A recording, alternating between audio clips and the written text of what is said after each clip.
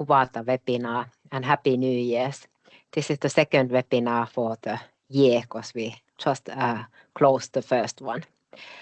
So my name is Maria Huhmarniemi. I am from the University of Lapland and one of the partners in this project that Tampereen ammattikorkeakoulu is leading.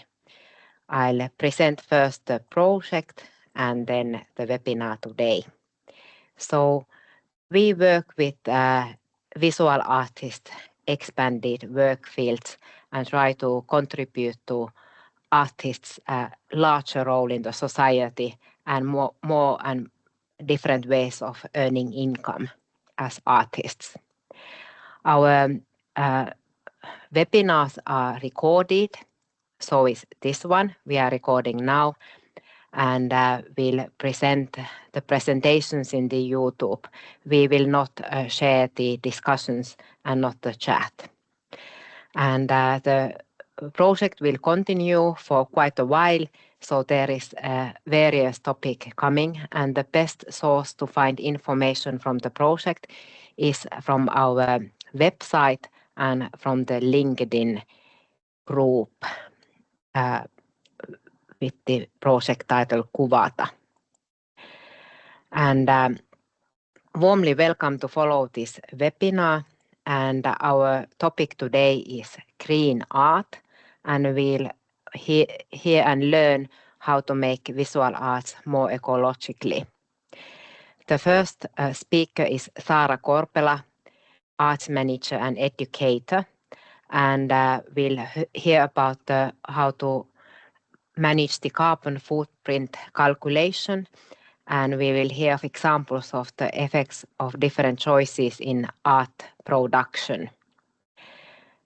After the presentation, there may be a possibility to ask questions straight away or at the end of the webinar. Second speaker is Paula Toppila, from Executive Director and Curator from the IHME Helsinki. And we will hear about activities that promote artistic freedom, eco-social education, and sustainable and democratic society and diverse good life. Last speaker today is Egle Oddo, who is a visual artist, and the presentation will cover the question, what do Egle do as an artist in the field of environmental art? So I believe we'll have very interesting talks today. Welcome all the speakers and everyone listening to this webinar.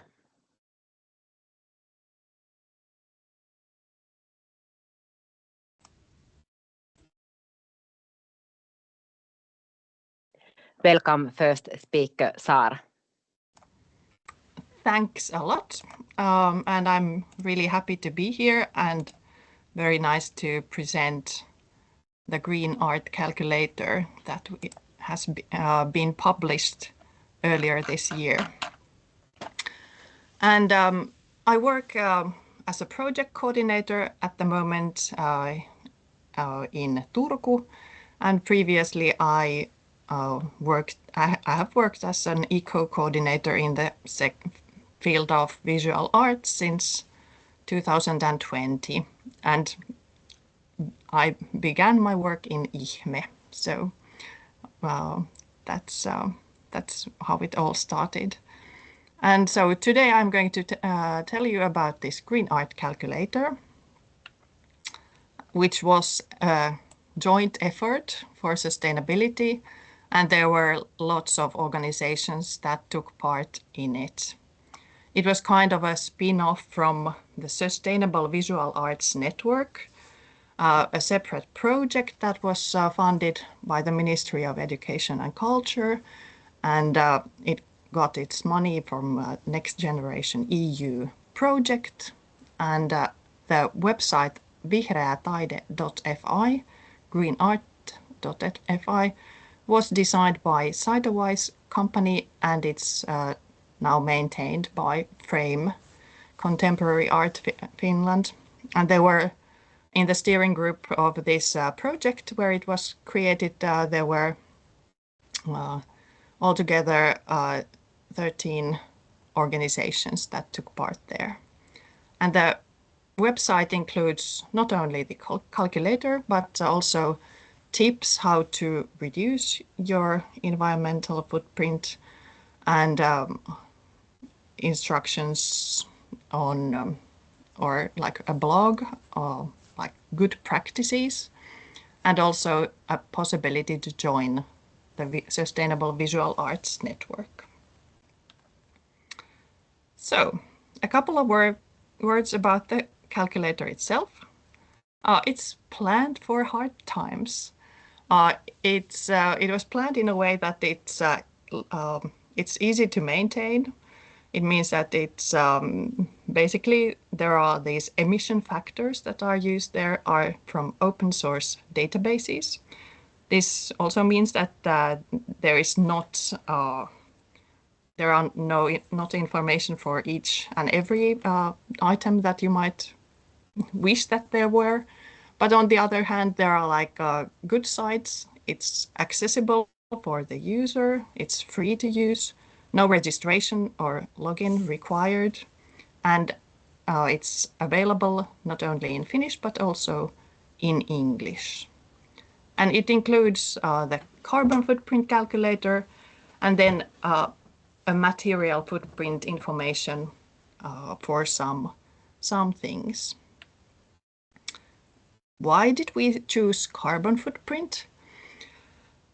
Even if there are like several other factors and things that need to be taken into consideration when we're looking at the ecological sustainability. First of all, carbon footprint is a very easy to use measurement unit, but it also helps reducing consumption in general, fossil fuel consumption and animal-based agriculture, which indirectly kind of have an impact on all the other environmental impacts. For example, half of the nature footprint approximately comes from the climate change effect.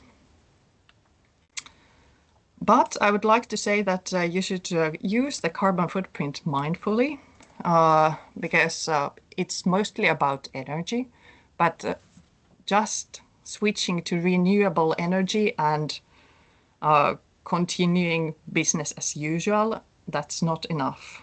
It's necessary to reduce the consumption itself. It's necessary to reduce the electricity consumption and energy consumption, everything in general. What is at the moment a bit difficult is like the wood and biomass used as a fuel, as it's usually considered as a non-emission energy source very often in these calculators, although it requires that we have a forest somewhere growing to balance the emissions that are created by burning that wood. So be mindful if some energy company says that, okay, we have this zero emission energy or heating, and it comes from burning wood. So it's not really all that good. It's also important to remember that technology doesn't solve all the problems, and there is this radical need for lifestyle change and cultural change. About the green art calculator, the carbon footprint categories that there are, it's like transportation, energy consumption, procurement, that means like purchases, and then waste. These are very essential and key carbon footprint categories that are in every calculator. What's special for our visual arts calculator is we have there like materials. It's especially for materials that are used in exhibition construction. And as a reminder, what is a carbon footprint? Carbon footprint is the greenhouse gas emissions that are generated during a life cycle, the entire life cycle of a product or a service. And it is expressed in carbon dioxide equivalents. We also have some global warming potential figures, which means, for example, when there are like flights, we can express only the greenhouse gas emissions, or we can tell about the whole warming effect that those flights have. There's a special coefficient or like factor, emission factor there in the calculator for taking all of those, all of that impact into consideration. Then in the calculator, there is also the material footprint, which means the use of natural resources that are required during the entire life cycle of a product or a service. And it's like abiotic resources that are required, for example, minerals and metals, for example. Then biotic resources, which means then biological things, food, timber, cotton, etc. And then also water resources and air resources that are required during the generating of this product or artwork or what we are looking at. Today I promised that I would tell about calculating the carbon footprint of an exhibition or an artwork. And I would like to give you a 7-step recipe what to do. And it's quite simple. First of all, you need to set your goals and see what would you like to do with this calculation. What do you want to find out about it?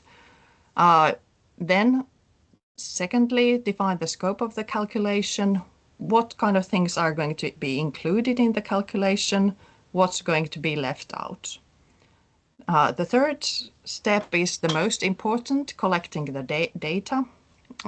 Then 4 and 5, insert the data in the calculator and save the results.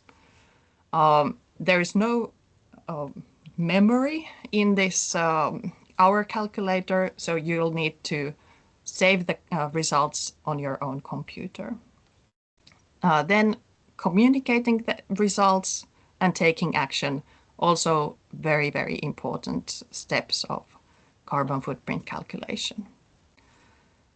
What's important is that you can also use the calculator for very simple comparisons. You can compare two different material choices or different, for example, travel options and so on. And it's actually quite useful for that. Okay, if we start with the goals, there are these emission reduction goals that have been set for individual persons. And you can see that it needs to be reduced a lot. You can read more about these emission targets on the website of our Green Art website, Good Practices, how to set meaningful emission targets. There are also some reduction goals that have been calculated for the cultural sector. And this is something that means that for an individual person, the emissions from going to cultural events should be quite low in 2030 and 2050. But then defining the scope. This is also something about the life cycle of an exhibition, for example, here. There are 4 stages: materials and purchases that are needed for the exhibition. I have not included the art production of the artworks in this carbon footprint of an exhibition, and I look at them separately as the responsibility of the artist, but this is like the responsibility of the, for example, the gallery or the museum to calculate the carbon footprint from the production of this one exhibition. And that would mean like these paints, walls, also printed materials, and then maybe some sparkling wine for the opening event. And what's important is transportation and travel related to the exhibition. Probably the biggest emissions come from the audience travel, and that's why you should make a decision whether you're going to include those emissions in this calculation. Are you going to make an estimate on how big the emissions are, how you're going to make this emission based on what kind of data, and so on. This is this big decision that you need to make. Also, for example, are you going to include the commuting of the staff, for example, in this exhibition making or not, or what's the scope of the what are the things that you're going to include in this system? That's important decisions here. Then there's the energy consumption of the gallery, for example, heating and electricity during the time when this exhibition is produced, and then quite clear the waste materials that have been produced or generated during the construction of the exhibition. What comes to an artwork, it's practically the same. It's the materials, transportation, energy used for producing the artwork, and then waste generated during this process and at the end of life of the artwork. And there are similar decisions that you need to make. Maybe also if it's like impossible to get some data, you may have to leave it out from this calculation. But then if you do this, then you just have to communicate that, okay, this is a decision that we made, and these are the results that we have got after doing this elimination of this one factor. Collecting the data is an important step, and there's this where do you get the data from? It's, for example, receipts and bills are really important source of information. There are environmental product declarations, product carbon footprint information that you can get online about the exact product that you're buying. Then you need to remember in which form you need the data. Is it kilograms, kilometers, kilowatt hours, or euros? And then you need to collect it in that way. Also, when do you get the data? Is it once a year or like on a regular basis? And how do you want to be able to analyze the results? All of this affects how you should collect that data. I would recommend that you have a separate Excel file having the information that you can remember what's then like afterwards inserted in the calculator. For example, if you're going to insert in the calculator the total kilometers that you have been produced or generated during 1 year, then it would be great to have some helpful information that you remember that, okay, everything has been included, or everyone's trips are there. This is how the calculator looks like, and there's also the address vihreätaide.fi/en/calculator. And there are all the different categories from biggest to smallest. This is our estimate in the exhibition making. And it's pretty intuitive to insert the data. You just add data. There's, for example, the category of paints. And then you select the paint that you wish to use. It's indoor, interior, or exterior paint, and then enter the quantity. Here you can then see the results. There's the carbon footprint. And for this product, there is no information on the material footprint. So all of these 4 categories below are marked as not having any information there.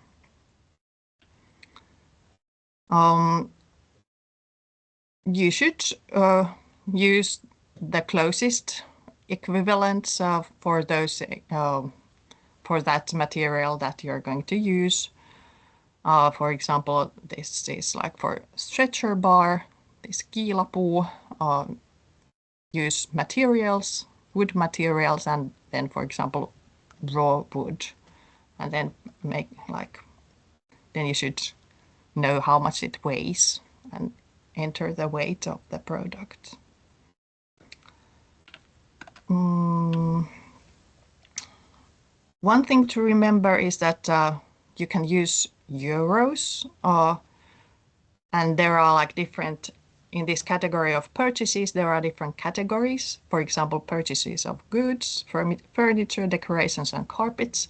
You can enter there this amount of euros, but you should remember that euros are always like this less precise source of information, and if you get some like more accurate information, more precise data on materials, for example, kilograms or liters or square meters, then it would be better to use that. But of course, euros may be also an easier way to calculate your carbon footprint, especially when you're just starting the calculations and it's the first time that you do it. Then you can also always like remove data from this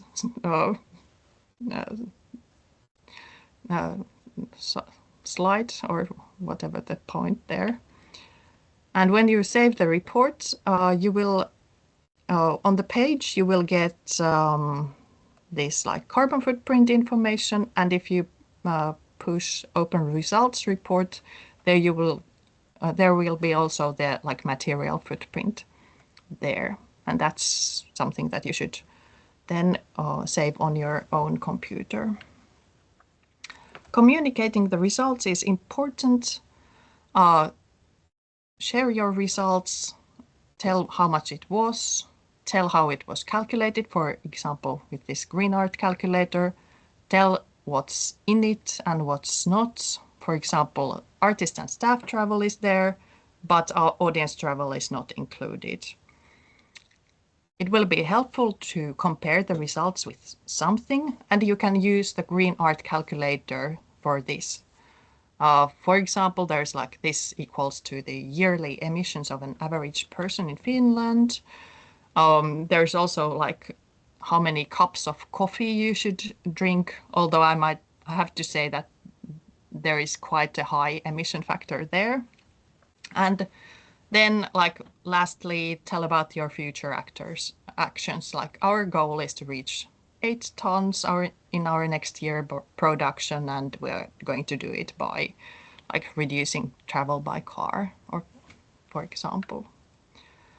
Then just very, very briefly, some calculations that you can make with this calculator. Emission production, exhibition production emissions, usually lots of them come from like travel. Here's like some commuting.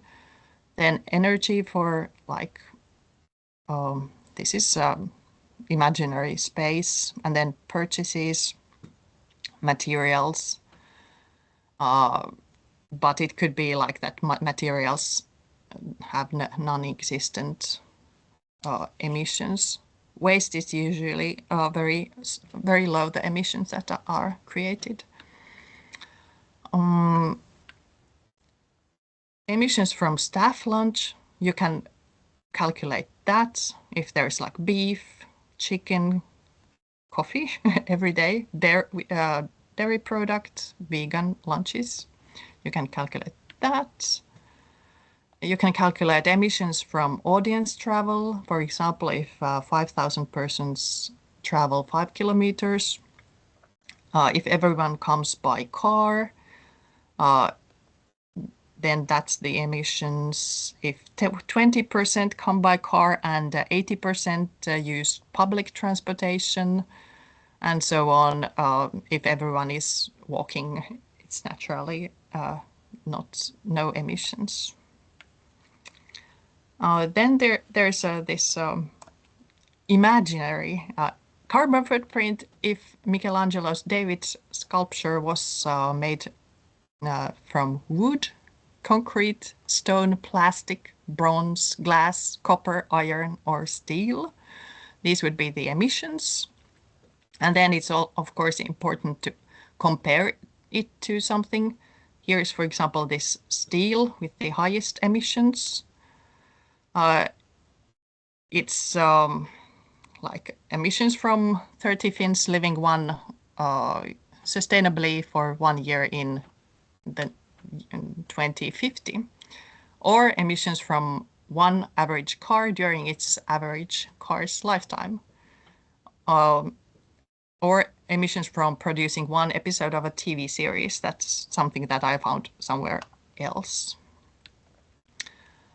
You can also calculate with this calculator like that how many flights to Helsinki and London and back, for example, it could be. But you can also calculate it compared to this audience travel.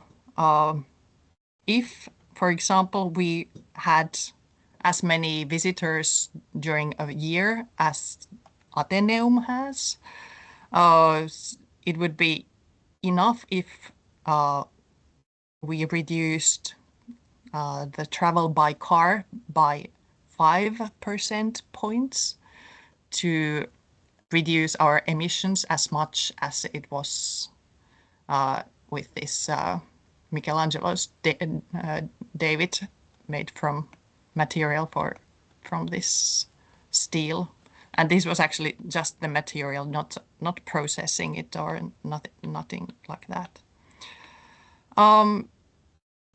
Okay, now I think I have like said 2 already. minutes to close. Yes, I have used quite a lot of time. So the last, my last slide is about taking action.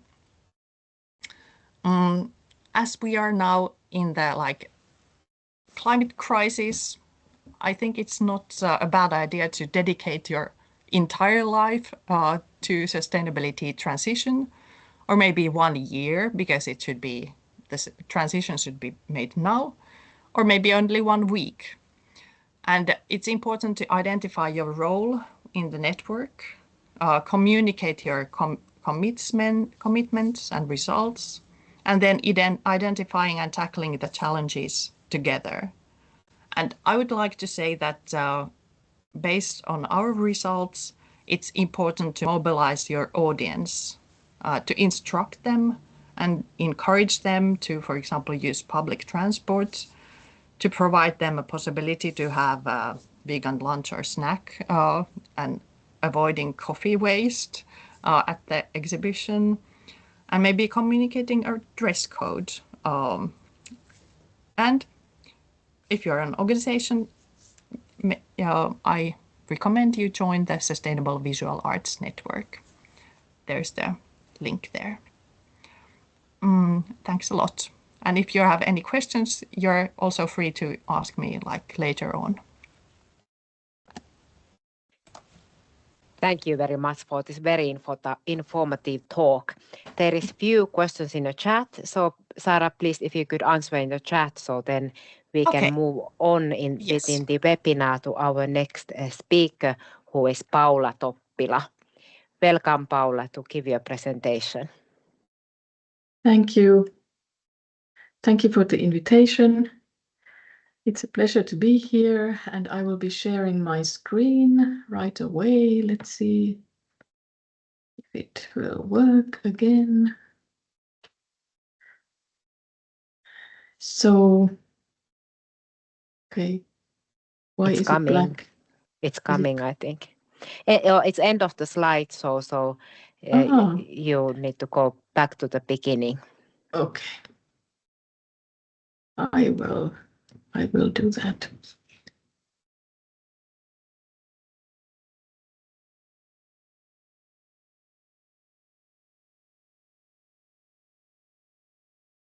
So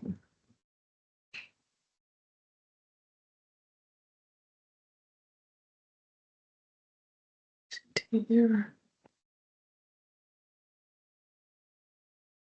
It's still in the last one. Okay.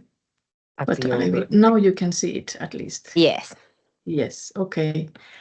So my name is Paula Toppila. I'm the director and curator of Ihme Helsinki, and this is very much the position that I will be speaking to you from. And I will talk about the ecological transition of Ihme Helsinki as an art organization, the focus of which is in the annual commission in the public realm. So we talk about art production. I will also very briefly introduce you to the 5 commissions that we have realized so far to give you an understanding of what kind of art we are talking about. But I will start with introducing the organization and a little bit of the history and why do we exist, because it's important in the case of organizations. They have a mission. And so the title of my talk is Ihme Helsinki, Commissioning Art in Public Within Life-Sustaining Systems. And what are the life-sustaining systems? They are the atmosphere, biosphere, including geosphere, hydrosphere, including cryosphere. And we could also talk about planetary boundaries. You saw a little glimpse of that image of planetary boundaries in Saara's presentation, and I will not show it here because it would take a long time for me to explain it, but I would like Alex to share the link to Stockholm Resilience Center's website where this image is, and it's very, very well explained that what kind of development is happening there and what are the different sectors. I strongly recommend to study that because it gives you the background why it's really urgent that we also make changes in the field of visual arts and art sector and cultural sector also more widely. And Ihme Helsinki as a legal entity is a foundation. It's a foundation called Taidesäätiö Pro Arte. Pro Arte Foundation Finland is the English title. And in the foundation, in the world of foundations, it's very important to understand what is the foundation's objective, and also to be very careful that you do what is in the objectives. And in our foundation, our objectives are to support new critical forms of contemporary art and make contemporary art more accessible, strengthen international dialogue in the field of contemporary art, and follow the changes in the visual art field in Finland and abroad, and update its operations accordingly. So this is what we do in a bigger picture. And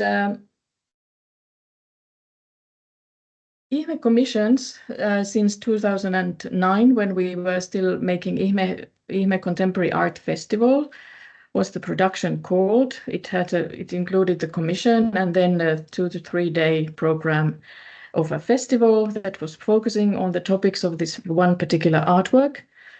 And these commissions that we did, 10 altogether, during the festival times, they had certain common features that are the audience participation. It may be short-term or long-term.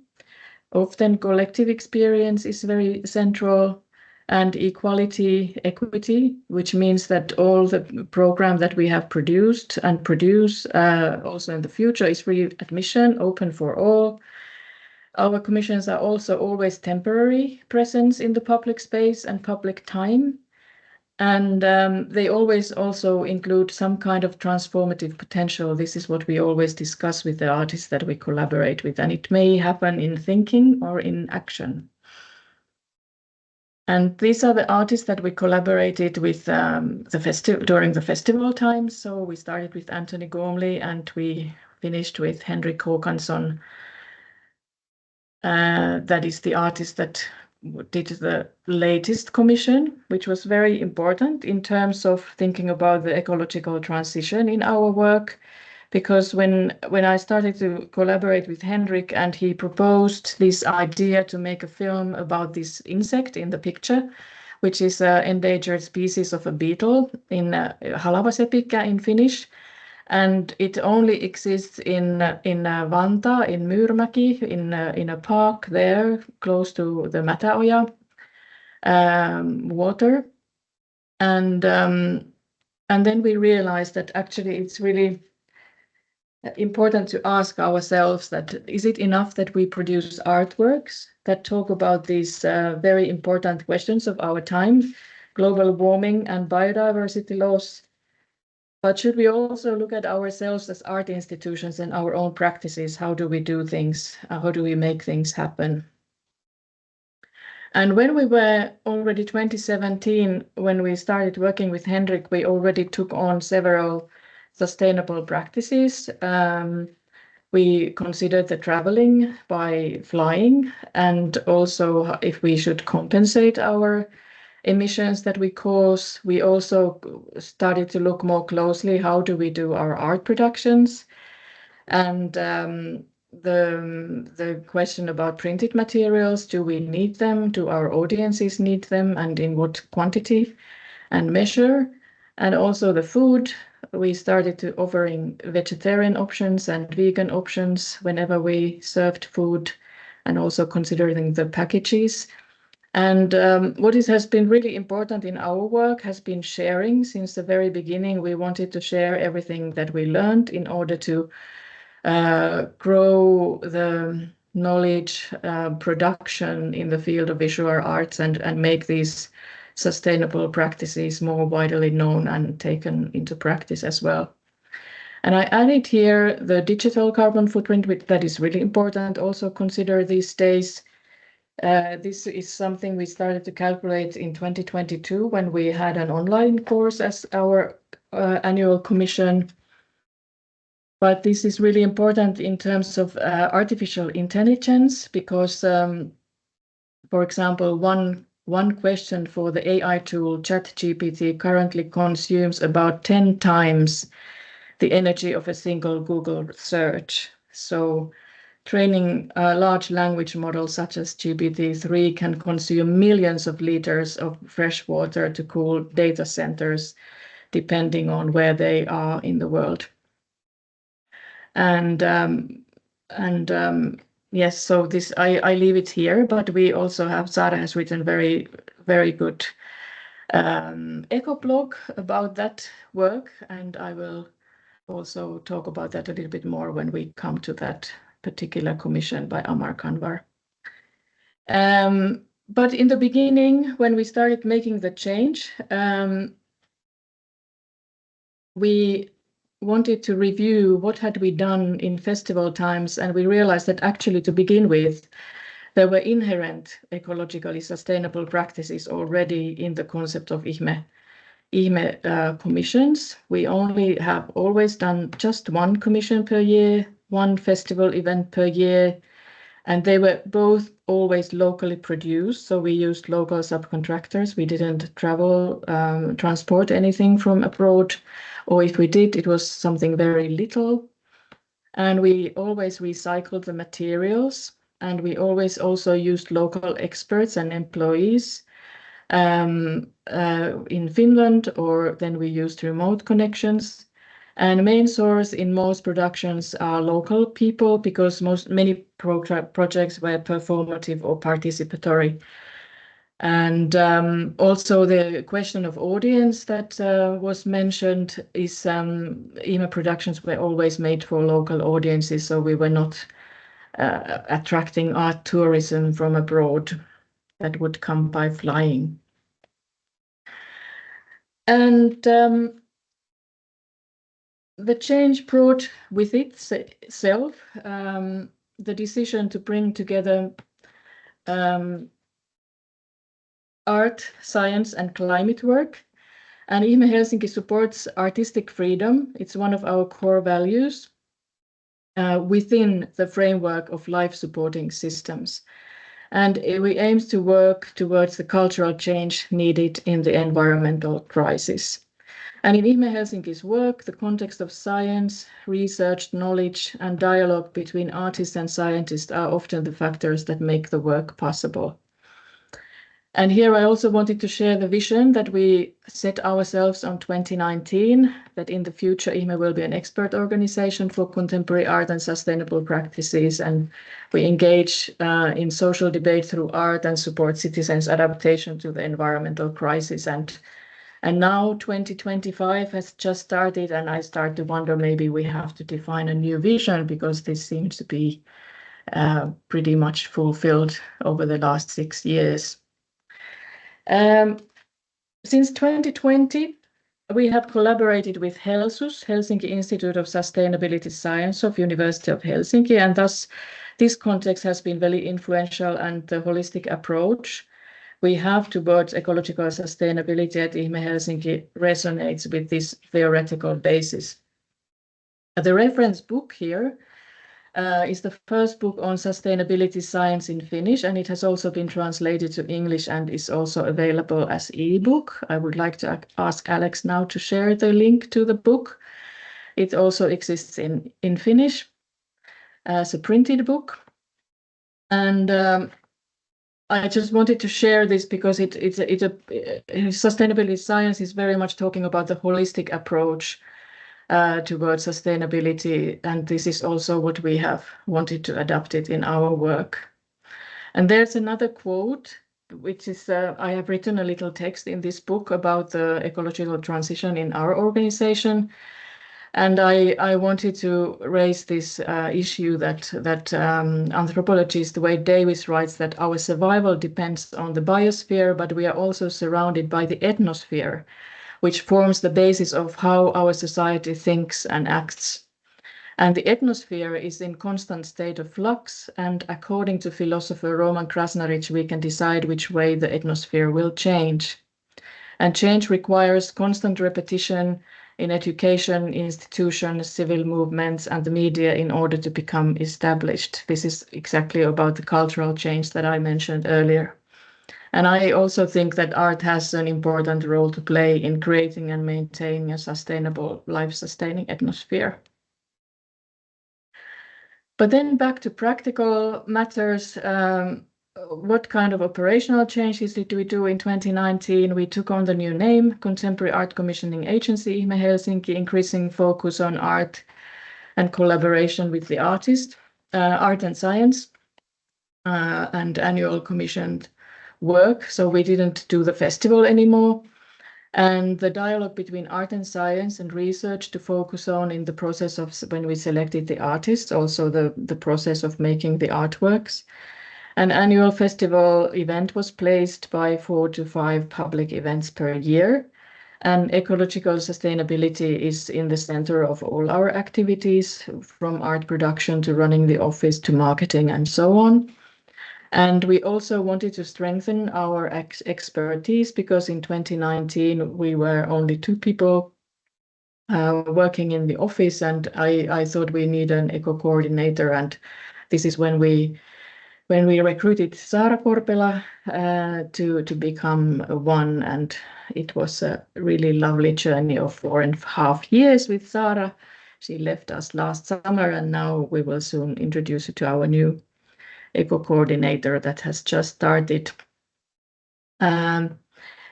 But also important question is that is it possible to become smaller but more impactful? Because we wanted to also think about the idea of growth. Does everything have to always grow in order to become better or more impactful? And this has also been an interesting journey to prove that it is possible. And what is also a very important part of our work is promoting eco-social knowledge. And what is eco-social knowledge? Or Bildung, ekososiaalinen sivistys. This word sivistys in Finnish is really lovely, but very hard to translate. Sometimes we use the Bildung word from German language, but eco-social education involves an understanding that humans are a part of nature and that we get everything we need from nature. An eco-socially educated person understands that their own rights and responsibilities depend on the well-being of other people and nature. That is, their relationship with the world is a comprehensively responsible one. And in addition to the art commissions that I will soon talk about, we do quite a lot of this kind of more or less educational knowledge production together with other collaborators. And on our own as well. And then we come to the first commission, which is by Norwegian artist Jana Vinderen. And Jana is a Norwegian artist who focuses her work on the hydrosphere. So she's an artist who records the sounds of marine animals and composes sound installations for public spaces, museums, galleries, and radio. And this is her installation that we did. It was actually commissioned for 2019, but it was realized because of COVID during 2020. And this is in the rowing stadium in Töölö, which was a perfect venue for the piece as the seats look towards the Baltic Sea.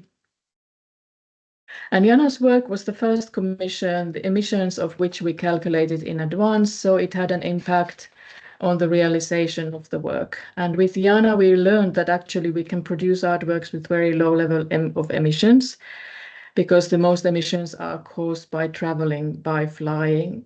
And when we decided not to organize the seminar that Jana wanted to do with 9 experts flying in from different parts of the world, and instead we made 9 interviews and published them on our website as texts, reduce the amount of emissions drastically. As you can see here, the green part is the seminar.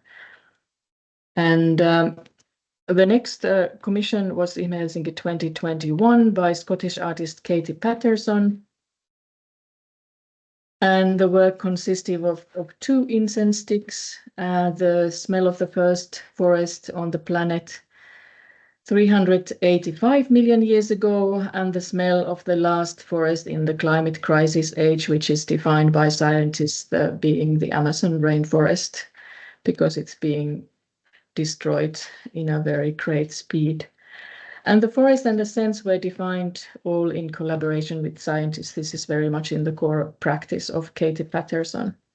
And these scents were processed into incense ceremonies, were held over the course of 1 month for a total of 35 different audiences at 15 different venues across Helsinki. And in this calculation, you can see that the travel is huge. If we would have acted business as usual, if we would have traveled to Japan to produce the incense sticks, or if we traveled to Ecuador, the Amazon in Ecuador, to interview the indigenous people there, but all this was possible to do with remote connection. So we were not causing as much emissions. And as you can see, transportation, venues, food, and everything they are such categories that the emissions were so small that they are not even visible in this calculation. And then we come to the IHME Helsinki 2022, which was the Amar Kanwar from New Delhi in India. And it was 10-week learning from doubt, 10-week online course called Learning from Doubt. And it was designed and implemented also during the COVID times and in collaboration with 2 universities in Finland, namely the University of Arts and Helsinki University, Helsus. And this course was based on Amar Kanwar's installation, The Sovereign Forest, and long-term collaboration with rural community in Orissa in India. And the course included experiments in ecological sustainability related to a unique rice seed bank in the same region. And with this work, we have also developed low emission ways of presenting our work abroad. So the solution is to work translocally, that is to use local forces to make works for local audiences, and not only in Finland, but also in artist home country, such as here. And also Amar realized this course in Nepal as part of the Photo Kathmandu Biennial event. And he only traveled both to Helsinki only one time during the whole collaboration, and also same thing with the Nepal project. And this is a reminder for you to get to know this article, Taideteoksen digitaalinen hiilijalanjälki. It also exists in English, and you can also see the carbon footprint of this artwork. The course was 256 kilos, and because in the first edition we had 150 participants, it amounts to 1.7 kilos per participant. And as you can see, both Katie's project with 7 kilos and Amar's project with this amount, it's very little carbon footprint. If you think that Finnish person's average annual footprint is around from between 9 and 10, I think at the moment, just to give you some kind of reference. And also Saara has created this Hesburger index, which also gives you a reference to the hamburger world. And 23, we collaborated with Kivake, who is a Kurdish artist living both in Sulaimania in Kurdistan in Iraq and in Berlin. And in his work called Chicago Boys, While We Were Singing, They Were Dreaming, a diverse group of people formed an amateur band based on an open call, united by a desire to play music and reflect on the links between the neoliberal economy and decision-making in our everyday environments. And during this project, we visited many different places, and for example, 3 urban forests, Riistavuorista, as we can hear in the picture, you can see Matokallio. And this was also a project like Amar's. We also realized it in Sulaimania. This is the group in Sulaimania who are here planting native oak trees in the mountains of Sulaimania. Now 2 minutes to close. 2 minutes, sorry. I'm almost at the end. This is the last work, which I will remain just to show you this. Pictures. Maaleipähaaste is a website. You can visit it. It's about baking bread that is nourishing both the land, sea, and human being. And then I just wanted to gather some useful references and tips, considering that people who are listening are artists. I would like to share with you, it's an online list by Alma Heikkilä, who has made it for artists to initiate conversations with art institutions about sustainable art institutional practices. So please, Alex, share the link to Alma's list. I'm sure it will be useful. And then one tip is to compose your own climate rider. When you have your own list of practices, you would like to start conversation with their inviting art institution. And also Saara talked about Vihreää website. It's a very good tool. And also I strongly recommend, if you're interested to learn more, join networks and webinars by Sustainable Visual Arts Network, kestävyyden kehittäjät, hyvän tulevaisuuden aamukahvit. These are mostly in Finnish, but the network is also using English language whenever needed. And one of my favorite podcasts is BIOS Research Unit's podcast 12 käsitettä maailmasta. That is only unfortunately in Finnish. But I'm happy to share the foundations that make our work possible, and then I thank you. Thank you very much. Thank you. And again, it's possible to put some questions to the chat, and at the end of the webinar, we still have a possibility also for talking a little bit. And now we give a floor to our next speaker, who is Egle Oddo. Welcome to give your presentation. Thank you. Hello. And I think my camera has been switched off from your side because I cannot activate it myself, but the microphone is on. Oh, we don't know what's wrong with that because we have allowed the camera. Yeah, I will go on, and I will share my screen. I hope that will work. Yes.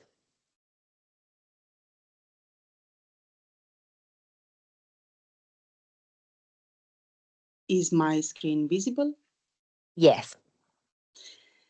I have prepared for you a short lecture. What do I do as an artist in the field of environmental art, evolutionary gardens, and performative habitats? Because I would like to support the discourses of Paula and Saara from my point of view as an artist. So from the point of view of somebody who would like to produce imaginative pieces, exciting pieces, but still keeping always present the urgencies that inform our time.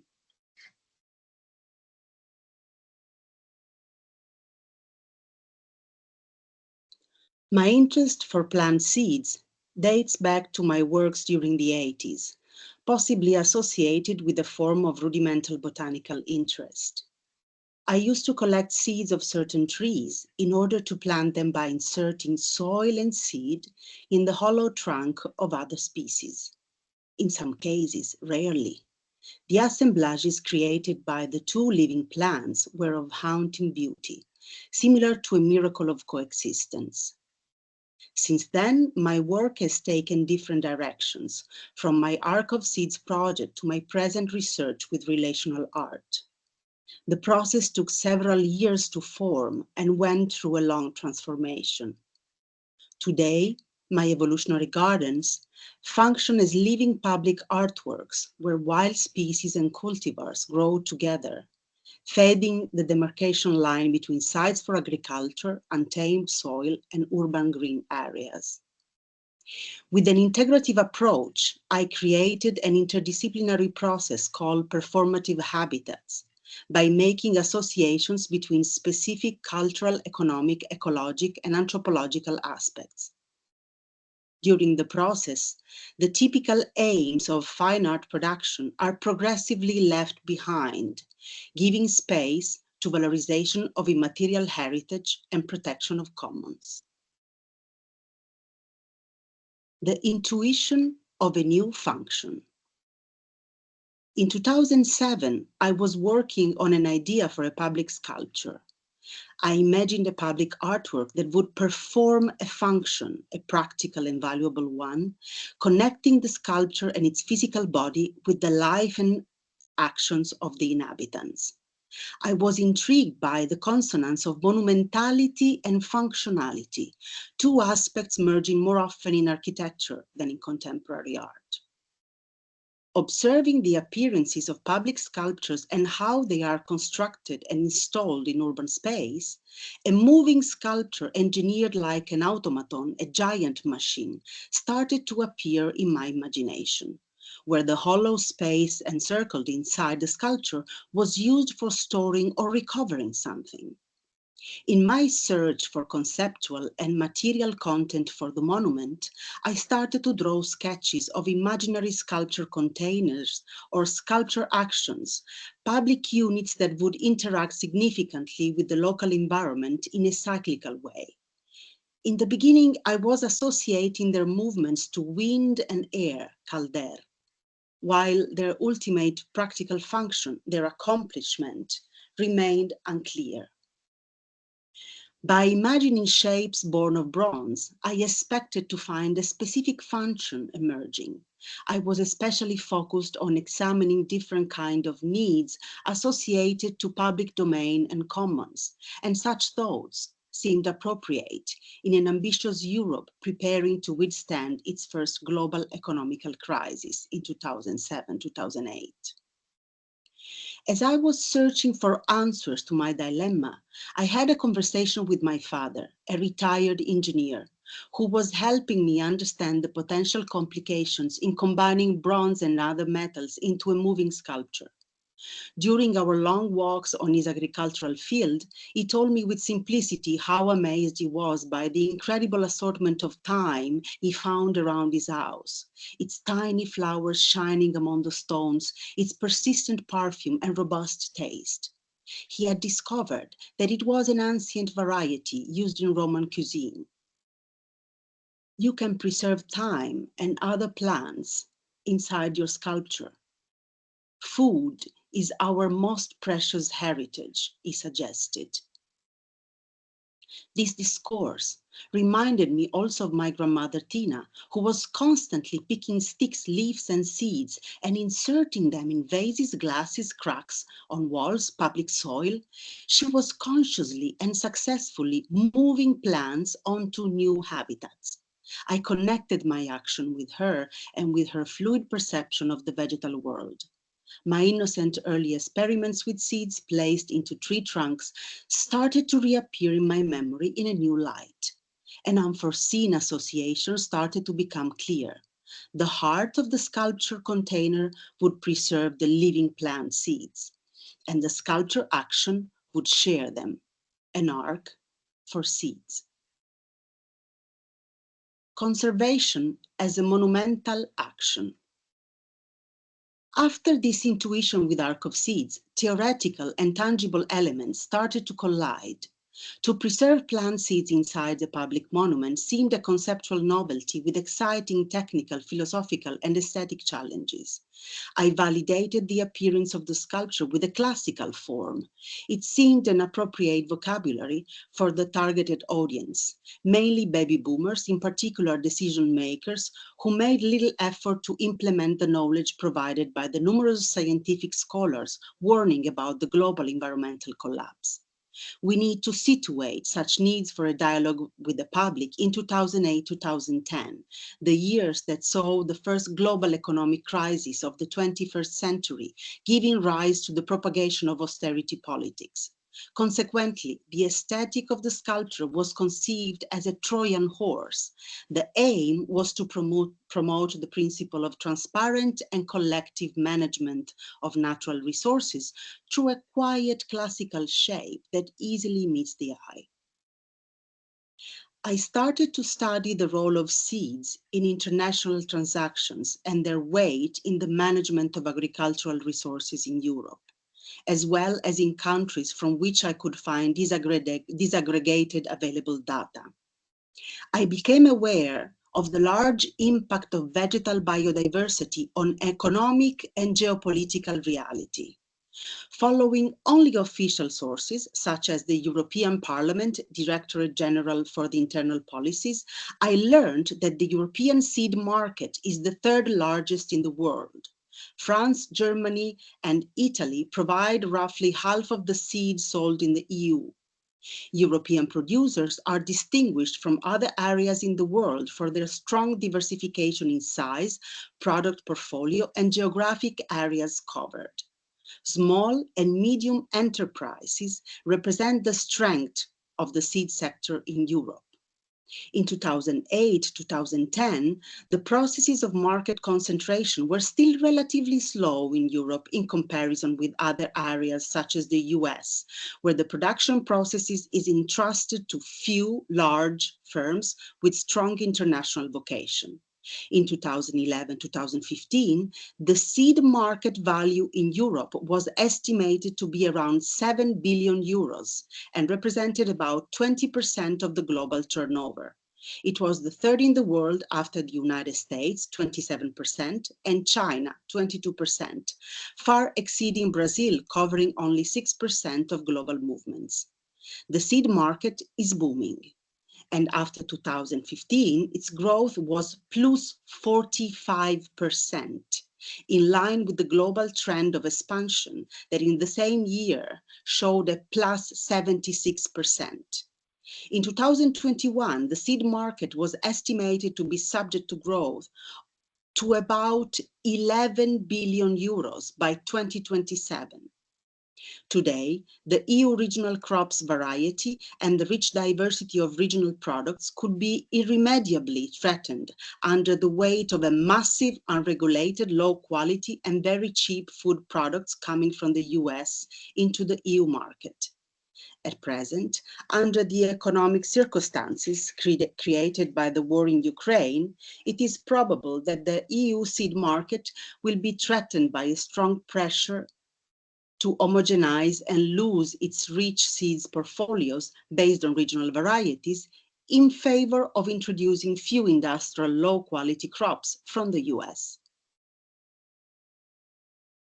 Looking at the economic impact of biodiversity, observing the emerging regulations for consumer rights, the limitations imposed on circulation of certain seeds due to their productivity, and the first legitimate scientific doubts about genetically modified food, the form of my thoughts changed. The decision to involve plant seeds in my artwork completely realigned my priorities and enriched my understanding of what public art is in the 21st century, what art can do, and who is the public.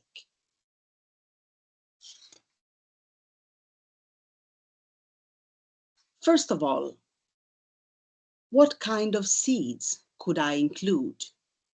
Differently from industrial agriculture, where global seed companies sell the same seed to be used in very different environments, the identity of seeds and plants is not separated from their habitat. In this sense, seeds embody the potential of a biocenosis and its biotope. Each individual plant seed, besides representing a set of characters, homogeneous in a variety, presents a certain degree of plasticity connected with the conditions in which it might or it might not grow. This type of autonomy associated with choice is a given when considering animals and their behavior, but it seems it has not been addressed consistently in plants, to which we rarely attribute individuality beyond the variety they belong to. Population biology is an exception to it, where the preservation of individual characters expressed in different DNA samples is considered an important element to represent a population. Since the beginning of agriculture, the human fascination with plants has mainly driven towards the control of the characters, progressively abandoning the vernacular practices that were given space to a polyphony of variation. Seeds are able to move in time and space, thanks to their quiescence, propagating their genome at germination. The strategies developed by plants for the reproduction and distribution of their descendants are extraordinarily varied and complex. After I decided that I would solely preserve natural seeds, leaving out GMO and all types of materials subject one way or another to intellectual property or industrial copyright, I experienced a great relief. Looking at the controversies around who has the right to own natural seeds, I was reading on the various seeds registration systems. It seems apparent that the right to ownership over seeds is a thorny topic, because by excluding direct cultivators, native populations, and first people who have been breeding seeds for centuries, it is sanctioned as a colonialist and unethical expropriation of nature. By consequence, I felt the need to take distance from the assumption that a public artwork is unique and elitist, and I published the whole work with Arc of Seeds under Creative Commons 4.0 Attribution International License, a proliferative approach against a restrictive one. I left the work open purposefully, hoping that anybody interested could reuse it, copy it, or bring it forward in different forms. And along the years, this has happened consistently. From a capitalist logic, the success of accumulation strategy is associated with the removal of common resources from the public domain and participation. It is the opposite of lifelong learning, which provides tools for the collective care of common resources and shared benefits. As much as it is justifiable to patent a plant that is the result of an expensive industrial process, this does not apply to natural wild varieties or local varieties of cultivars that have been gradually selected by generations of cultivars over the centuries. Once the seed is removed from the public domain, it will never return there. Its future becomes opaque and dependent on the human ownership. What a monumental function for a public artwork to preserve not only the seeds, but also preserving the rights of people to participate directly in the conservation process. Shifting the function of the public monument from the representation of power into that of a social change maker was a powerful conceptual intuition. The emergence of performative aspects. In 2015, I exhibited the ongoing process with Arc of Seeds at Manta Art Festival, an installation performance showcasing the seeds container and the participatory ritual. I designed the dramaturgy, choreography, and soundscape of the ritual in collaboration with musicians, aerial acrobats, fashion designers, and with actresses. Sharing the creative process with such a variety of professionals created a sense of community.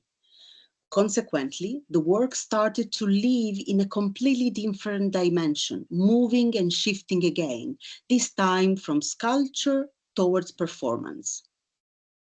I exhibited a second time in Manta Festival in 2021, and there is a visible aesthetic development between the two phases of the research. In 2015, I installed indoors. In 2021, I installed outdoors, and I worked the land manually during a year. I planted seeds of local wild species and cultivars in different seasons. In 2015, the presence of the seeds was actualized thanks to the large sculpture and the immersive ritual. In 2021, there were no recognizable, almost human-made artifacts besides the oval fence protecting the evolutionary garden. The work in 2021 was entirely based on a long in situ observation and interaction with the local flora and insect community. It has become a permanent public work in the form of evolutionary garden. Conclusions. Since the beginning stages of my research, my inclination towards the mediums of sculpture and installation slowly shifted towards relational art. Evolutionary gardens and performative habitats are two terms that I coined to describe my practice and ongoing research at present.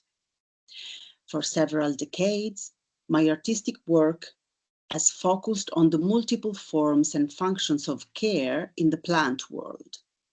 It is important to establish that there is a real reciprocity. It is not only us who take care of the plants. Also, the plants support us intentionally and keep us in good health, together with a large biomass of animal and insect life.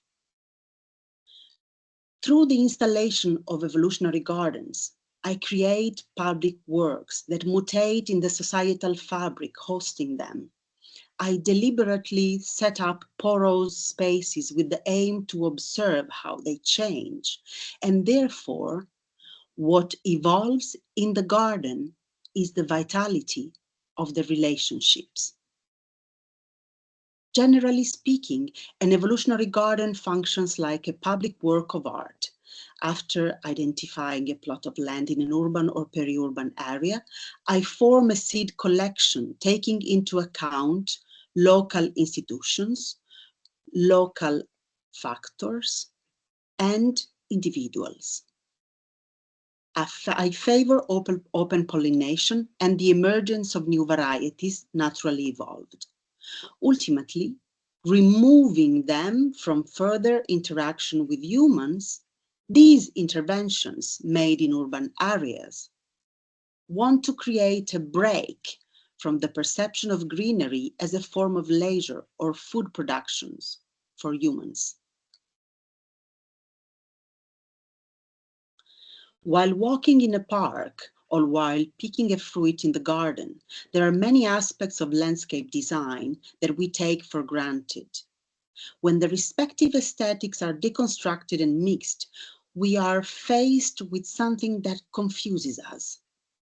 Sometimes an evolutionary garden can be perceived as an error or the result of negligence, while its function is to indicate how little autonomy is granted to plants in the vicinity of human presence. In reality, the evolutionary garden was born as a space which actively excludes the function of plants as products, a place for an encounter between plants, humans, and other living beings. An evolutionary garden is not a vegetable garden, but it can be eaten. It's not a park, but you can sit there and rest. It's not wild, but nevertheless you may experience a certain disorientation or wonder. This is due to the apparent disorder of the hybrid space, of the unexpected assemblages of plants, and the absence of normativity in the body of plants. These gardens become living seed banks, areas where biodiversity is welcome, allowing the most vulnerable communities to thrive. This process took several years to shape up and has gone through a long transformation in which the typical objectives of fine art production have gradually given way to the enhancement of immaterial heritage and protection of commons. Performative habitats are ongoing processes. In detail, I intercept with my senses an aggregate of forces existing in a specific habitat, and I intentionally join the choral motion of the life forms present at that moment. Performative habitats is an artistic form where all the bodies present on site perform an extemporaneous and often very short choral action. Rarely does this type of polyphonic expression become continuous.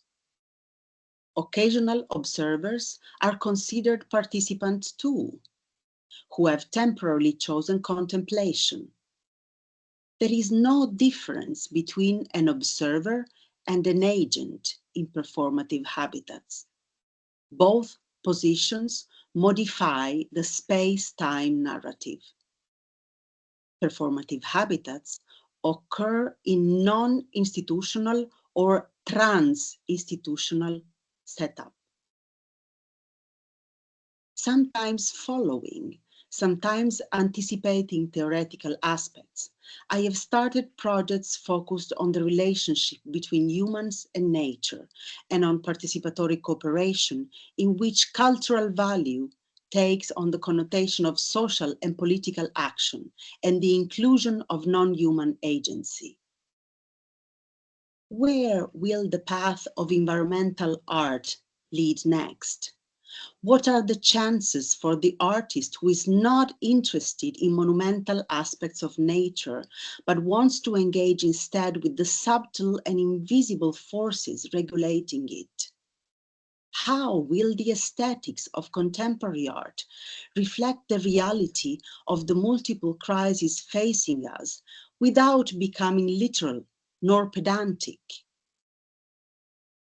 With these questions in mind, relational aesthetics has been a key to my practice. I interpret it by transmaterializing and dematerializing my artwork, shifting attention to the processes and its interrelations. In the light of contributing to form historical precedents impacting the role of the artist as relational catalyst, I am devoted to instigate lifelong collective learning through art.